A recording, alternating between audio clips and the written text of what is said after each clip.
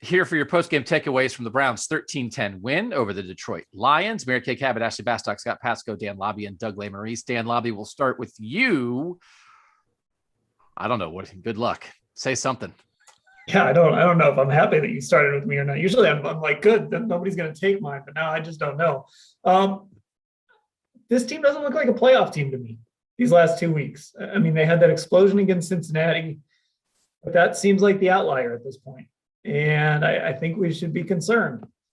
Maybe 6 weeks from now, we're saying, oh, look at what they did against Baltimore and against all these division games. But it's just really hard for me to see this team, even though they do sort of control their own destiny, being able to control their own destiny between now and the end of the season. Maybe they'll get in because the AFC is wide open. Maybe they'll end up winning the division. Maybe they'll get it all together. I don't know. But this doesn't feel like a team that belongs in the playoffs right now. Ashley, what do you think? My biggest thing is that the penalties still are not fixed. And we've heard these guys over and over and over talk about the things they're doing to try to eliminate these penalties in games. They're starting their sections of practice over again if they have one. But it was another double-digit penalty game again for the Browns. Kevin Stefanski doesn't really have a good explanation, and I know part of that is he needs to watch the film and see how many of those were actually legitimate penalties and things like that. But when you can't solve the discipline issues for these penalties that are occurring pre-snap, that's an issue, and it's a really big issue at this stage of the season. All right, Scott Patsko. So Greg Newsome said something smart after the Patriots game, that they needed to flush it and move on. And I think that should go for this game too. It was ugly.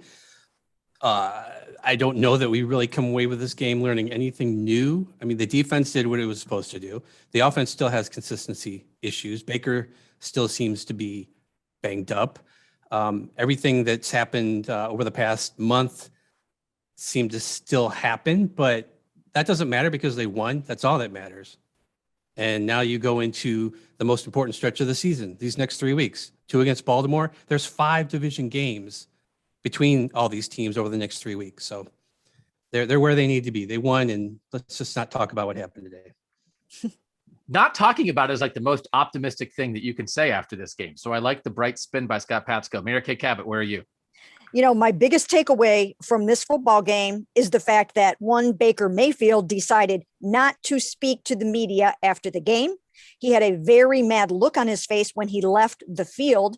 He did not celebrate the victory with any of his teammates, with any of his coaches, or with any of the fans as he walked off the field. He was the first player off the field, and he is upset about something.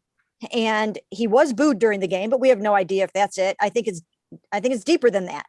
And I think it's a sign that trouble is afoot, and it's not a good time for trouble.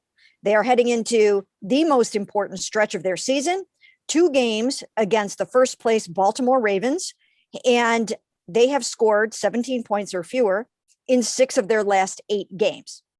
5 of their last 8, they've scored 14 points or fewer. So as Dan mentioned, this doesn't look like a playoff team right now. And Baker Mayfield doesn't look like a playoff quarterback right now, but he's upset about something. And we don't know what it is because he did not come out to tell us, which of course is also a violation of the media policy. He has to come out and talk after a game. And usually he does. He's never done anything like this before. So to me, this is a red flag and something that we have to dig into.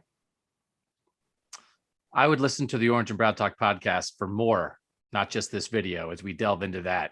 I will say that this is a chaotic year. And I think if it wasn't chaotic, people would be going even more crazy about the Browns right now. But on this Sunday, the Colts blew the Bills off the field. And 2 weeks ago, the Bills lost to the Jaguars. Tennessee lost to Houston. Tennessee, which has the best record of the AFC. Baltimore, with the backup quarterback, should have lost to Chicago. This season, especially in the AFC, is on fire. So every time you think, my gosh, what is wrong with the Browns? It's like, well, you can look and say, well, there's something wrong with the Titans. There's something wrong with the Bills. There's something wrong with the Ravens. And so, like, I think that perspective is necessary, but the Browns look terrible and somehow managed to win. I don't think they would have beaten any team in the league except the winless Lions playing their third string quarterback. I'm not sure that would have beaten any other team in the league on a day when Houston beat Tennessee. So like they played the right team at the right time. More at cleveland.com/Browns, more on the Orange and Brown Talk podcast. Thanks for you guys, to you guys for making us part of your Browns experience here on our cleveland.com YouTube channel.